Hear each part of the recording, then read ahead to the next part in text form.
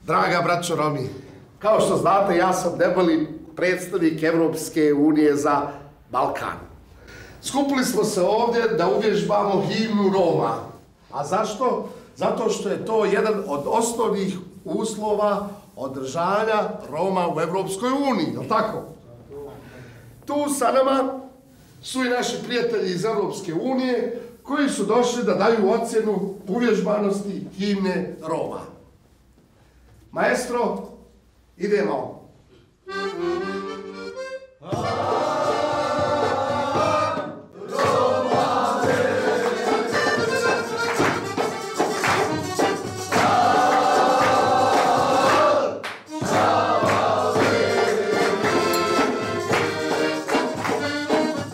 Nisam zadovoljan kad se pjeva himna, a pogotovo himna Roma. Moramo se svi zajedno ustati. Hajmo, na noge svi.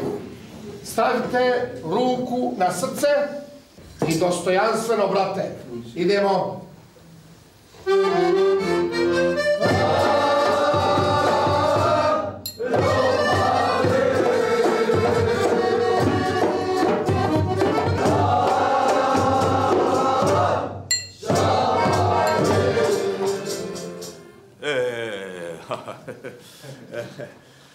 Štovani debeli predstavnik, prosim vas da malko ne prdekate.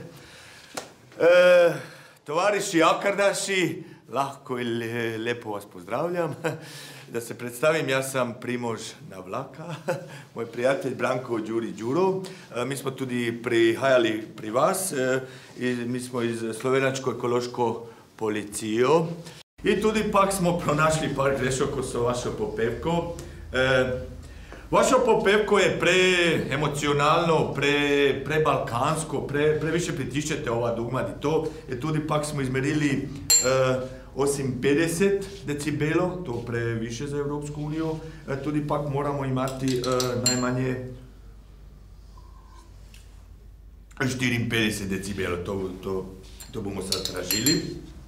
Predlažem da sada popevamo jedno evropsko popevko. Maestro, prosim, gremo. Moj očka ima končka dva, oba sta lepa sempela.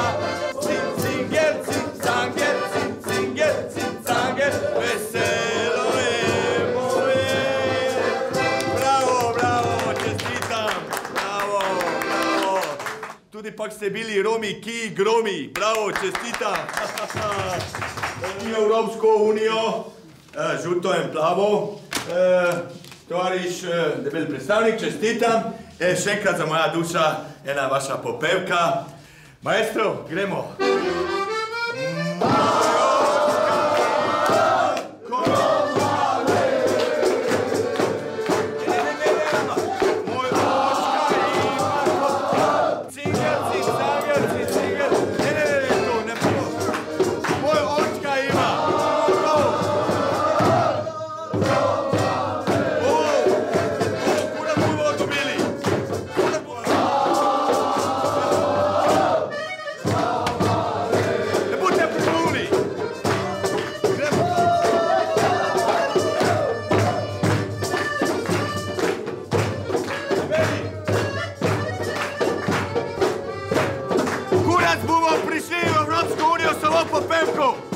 I tako se pojavio razdor u zemljama Evropske unije.